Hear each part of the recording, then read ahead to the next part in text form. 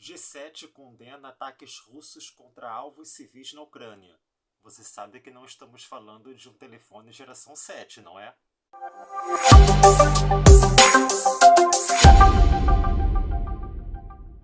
Olá, eu sou Fernando Vieira e seja bem-vindo ao Período Histórico, um canal no qual comentamos as notícias do momento à luz da história. Se você gosta desse tipo de conteúdo, se ele faz sentido para você, não perca tempo, se inscreva no canal, clica no botão que está aparecendo aí no cantinho da tela do vídeo para que você não perca os próximos vídeos, beleza? Então, gente, vamos conversar um pouquinho sobre o G7. O G7, ou Grupo dos Sete, é um fórum entre governos de diversos países do mundo. Especificamente, os 7 países que fazem parte do grupo são os Estados Unidos da América, o Canadá, a França, o Reino Unido, a Alemanha, a Itália e o Japão.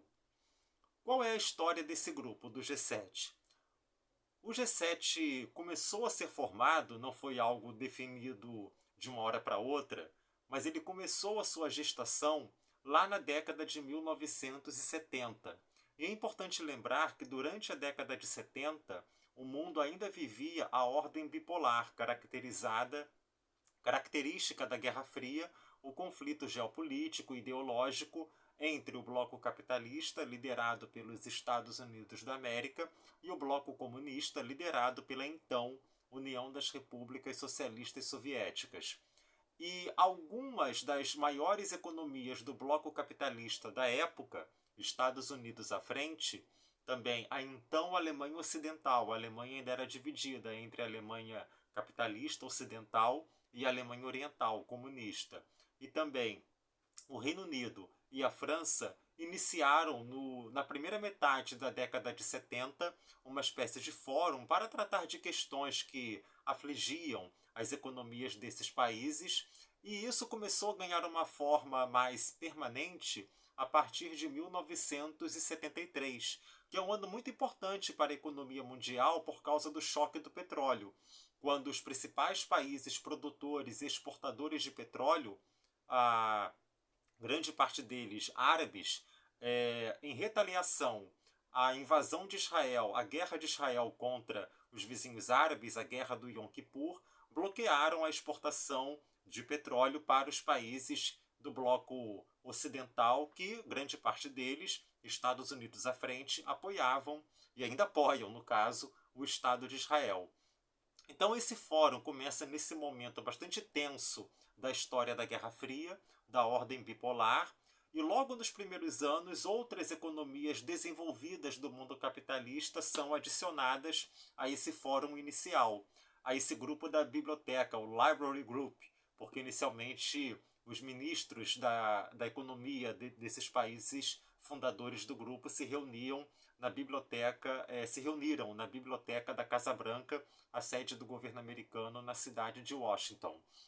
Então, depois de Estados Unidos, Reino Unido, França e Alemanha Ocidental, foram incluídos o Japão, depois a Itália e, por fim, o Canadá, mas tudo ainda até meados da década de 70. Nos anos 80, no início dos anos 80, a então Comunidade Econômica Europeia, que hoje é a União Europeia, também foi admitida no grupo, mas como um membro não numerário, ou seja, sem contar na numeração que faz parte da nomenclatura. Então o G7, no final dos anos 70, no máximo começo dos anos 80, já tinha sua configuração definida, definitiva. E é claro que, embora seja um grupo cuja criação, cuja gestação tenha sido a partir de demandas econômicas, de integração, devido a todo o poderio militar, bélico, de influência política também, é um fórum que, sem dúvida, as suas deliberações, os seus pontos de vista, as suas determinações a partir das suas reuniões, têm impactos muito além da economia. E enquanto durou a Guerra Fria, também foi, de certa forma, um fórum que serviu de oposição às esferas de influência sob órbita da União Soviética na geopolítica mundial. Em 1991, a União Soviética é dissolvida e, ao longo dos anos 90, a Rússia, que não era exatamente a mesma coisa que a União Soviética, mas era de longe a principal das repúblicas que formavam a União Soviética, a Rússia toma o papel da ex-União Soviética no tabuleiro do xadrez da geopolítica mundial. Tanto que é a Rússia quem assume o lugar da ex-União Soviética no Conselho de Segurança como membro permanente do Conselho na Organização das Nações Unidas. A Rússia também é quem vai controlar e dispor e controlar o arsenal nuclear que a ex-União Soviética possuía. Então, naturalmente, a Rússia ela substitui a antiga União Soviética na geopolítica mundial, mas não mais sob regime comunista.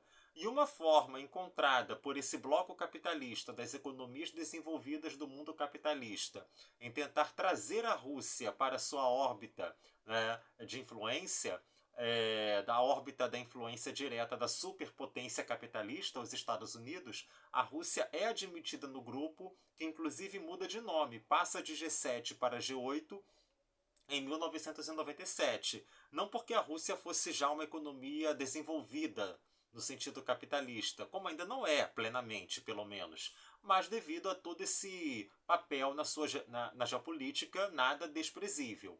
Enfim, mas a Rússia até 2014, que ela faz parte do G8, quando devido à anexação da Crimeia, aquela península que era parte da Ucrânia, que a Rússia tomou em 2014, uma ação condenada pela comunidade internacional, a Rússia é expulsa do G8 e não voltou até hoje, agora dificilmente mesmo é que vai voltar a esse grupo.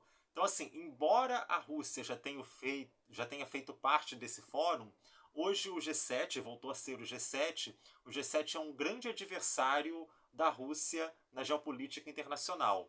Claro, o principal desses adversários, ainda mais agora no contexto da guerra da Ucrânia, é a OTAN, a grande aliança militar do Ocidente, com um número de países membros muito maior que o G7 tem, mas que é uma aliança militar que, de certa forma, é uma ampliação do ponto de vista bélico desse núcleo duro, desse núcleo do G7. As grandes potências econômicas do mundo capitalista, Estados Unidos à frente, fazem parte da OTAN. E no âmbito econômico, no âmbito ali de um fórum permanente, o G7 hoje é também um polo de oposição clara contra a Rússia de Vladimir Putin.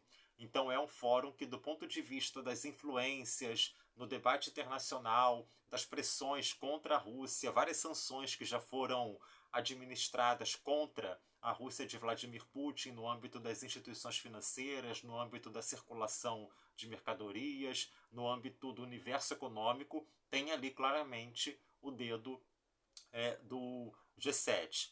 Então, nesse sentido, a gente percebe que, embora tenha sido criado no contexto da Guerra Fria, o G7 não se tornou anacrônico, mesmo 3 décadas após o fim da União Soviética. O G7 hoje sobrevive como aquele rosto mais visível, aquele rosto de influência mais direta sobre todo o mundo capitalista, enquanto a voz das principais potências das economias do mundo desenvolvido, mas que tem voz que não se restringem à economia, que se expandem também para o meio diplomático, político e militar.